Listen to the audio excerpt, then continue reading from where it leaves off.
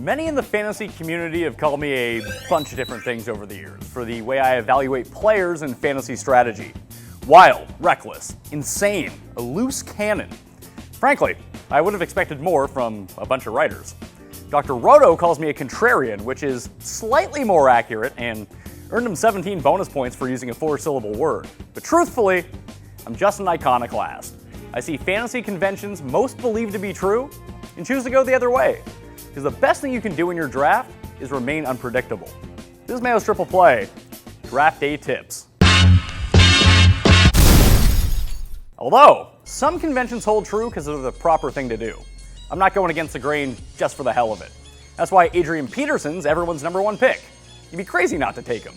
But if you play in PPR leagues, don't just assume you're required to draft a running back with any of the next few picks. I love Ray Rice, Jamal Charles, Doug Martin, Arian Foster, LaShawn McCoy, and CJ Spiller as much as the next guy. But there's performance risk with all of them. That's not a trait they share with Kelvin Johnson. Last year in PPR formats, Megatron outscored every running back that didn't rush for over 2,000 yards. And he only finished 5 points behind AP. In fact, Brandon Marshall finished ahead of the pack too. And only Peterson, Martin, and Foster topped AJ Green, Des Bryant, Andre Johnson, Demaryius Thomas, and Wes Welker by the end of the season. Put it this way, if all your friends jumped off a bridge, would you? Of course not. You'd draft a safer, higher scoring player instead.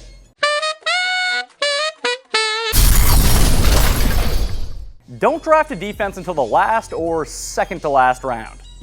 Period. Except if you're in a keeper league that has weird rules, but that's a very minuscule percentage of the fantasy gamers. Here's the thing. No defense has ever repeated as the #1 fantasy unit. Ever. Defenses in real life are hard enough to predict, but in fantasy, bonne chance. Just wait till the end and grab a team taking on a terrible offense in week 1. I've been targeting the Chiefs against the Jags or the Bucks against the Jets. You'll be able to grab a top 5 defense off waivers if you're paying attention, but if you have a name defense, you'll never be able to find it. If you draft the 49ers, you're likely never dropping them, even if they underperform. So don't pigeonhole yourself. Here's a scenario. You've waited on a quarterback, and now you gotta decide between 2 pretty equal options. So who to take? Easy. Always take the QB that can produce with his legs. Rushing yards and rushing touchdowns are worth more than anything accomplished through the air. Their upside's always higher. So if you're stuck between choosing Tony Romo and Russell Wilson in the 7th round or Flacco and Vic in the 13th, just take the runner.